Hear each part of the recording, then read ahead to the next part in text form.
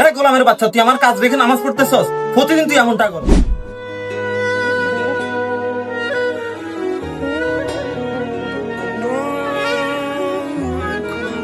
Fine ভাই, আজান তো দিয়ে দিছে, আমি গিয়ে নামাজটা পড়ে আসি। আরে কাজ কাম তো কিছু করস নাই, যা পড়ে আই।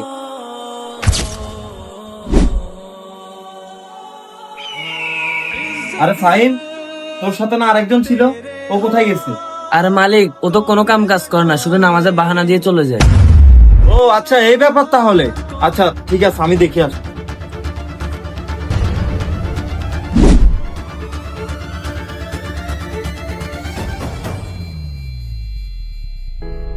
এই গোলামের বাচ্চা, তোরে কি আমি নামাজ পড়ার জন্য কামাই নিছি?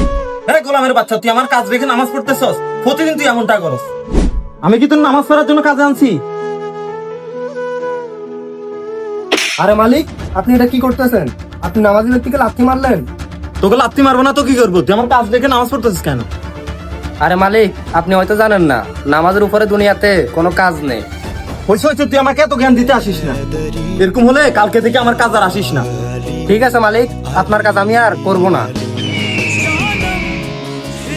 তো বন্ধুরা, ভিডিওটি ভালো লাগলে অবশ্যই চ্যানেলটি সাবস্ক্রাইব করে আমাদের পাশেই থাকবেন।